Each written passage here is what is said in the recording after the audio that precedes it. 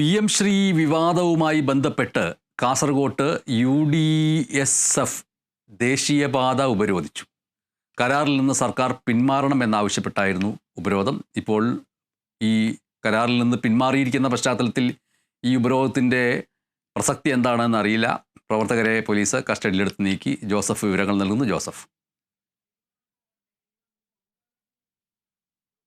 ഇത്തരത്തിൽ ദേശീയപാത ഉപരോധവുമായി UDSF പ്രവർത്തകർ രംഗത്തെത്തിയത്. ഈ PM ശ്രീ പദ്ധതിയിൽ പോലീസ് ഈ സംസ്ഥാന സർക്കാർ രാഷ്ട്രീയവൽക്കരിക്കാനുള്ള ഒരു നീക്കം നടത്തുന്നു. മാത്രവുമല്ല, ഇത് ഇത്തരത്തിൽ കേരളത്തിന്റെ വിദ്യാഭ്യാസ നയത്തെ തകർക്കും, ആകെ മൊത്തത്തിൽ തകർക്കുമെന്ന ആരോപണങ്ങൾ ഉന്നയിച്ചുകൊണ്ട് ഈ വ്യവസ്ഥകളിൽ നിന്ന്, ഈ കരാറിൽ നിന്ന് സർക്കാർ നിരുപാധികം പിന്മാറണമെന്നാവശ്യപ്പെട്ടായിരുന്നു ഇത്തരത്തിൽ UDSFന്റെ നേതൃത്വത്തിൽ വലിയ രീതിയിലുള്ള പ്രതിഷേധ മാർച്ചും ധരണയും നടത്തിയത്. ഈ പ്രതിഷേധക്കാർ പിന്നീട് ദേശീയപാത 66 ഉപരോധിക്കുന്ന കാഴ്ചയാണ് കണ്ടത്.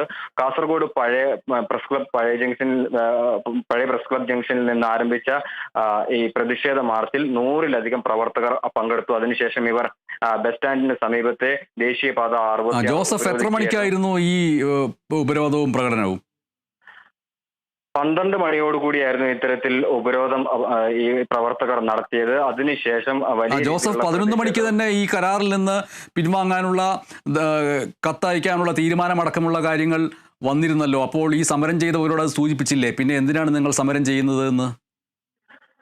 തീർച്ചയായും ചോദിച്ചിരുന്നു. അപ്പോൾ ആ ഘട്ടത്തിൽ ഇവർ വ്യക്തമാക്കിയത് ഈ RSSുമായി സംസ്ഥാന സർക്കാർ അഭേദ്യമായ ബന്ധമാണ് കാത്തു സൂക്ഷിക്കുന്നത്. ഇതിൽ നിന്നും നിരുപാധികം പിന്മാറണമെന്നാണ് ഇവർ പ്രധാനമായും ആവശ്യപ്പെട്ടിട്ടുള്ളത്.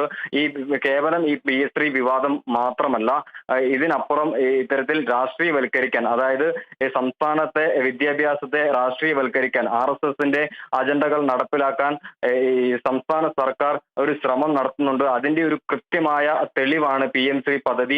ഈ തെളിവില്ലാത്ത പദ്ധതികൾ, അതായത് ഇത്തരത്തിൽ ഈ അന്തർധാര, ഇവർ തമ്മിലുള്ള അന്തർധാര അത് സജീവമാണ്. അത് പൊതുജനത്തെ ബോധ്യപ്പെടുത്തുക എന്നൊരു ലക്ഷ്യം കൂടി പ്രതിഷേധക്കാർക്കുണ്ട് എന്നാണ് ആ ഘട്ടത്തിൽ അവർ പ്രതികരിച്ചത്. എന്തായാലും പ്രതിഷേധക്കാരെ ഇപ്പോൾ പോലീസ് കസ്റ്റഡിയിലെടുത്ത് നീക്കം ചെയ്തിട്ടുണ്ട്. 100-ലധികം പ്രവർത്തകരാണ് ഇവിടെ